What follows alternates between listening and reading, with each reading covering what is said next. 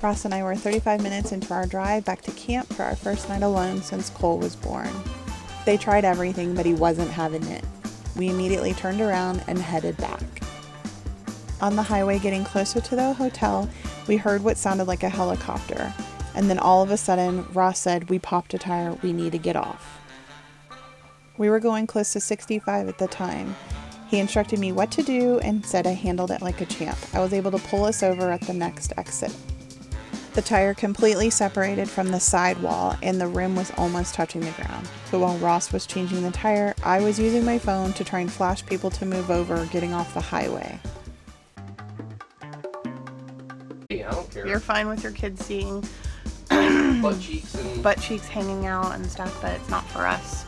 And it was a ton of walking and holding hands and being really strict about where they could walk and stuff, and so that was frustrating for our kids. For them, yeah, because we don't want to let them go. You can't let them away from your side at all. There's tons of traffic and tons of people, and so it's really easy to lose them. So our kids were super frustrated being basically tied down to our hands the entire time we were there. It's just a crazy town, and it wasn't for us.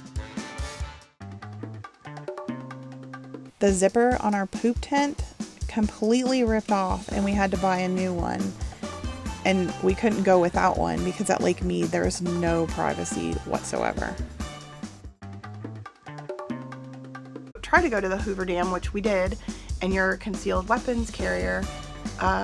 Don't bring your gun or you're not going to get in. It's federal land, and so we had to turn around. We didn't even get to see that, so that was another Las Vegas curse for us. So we were heading out of Las Vegas.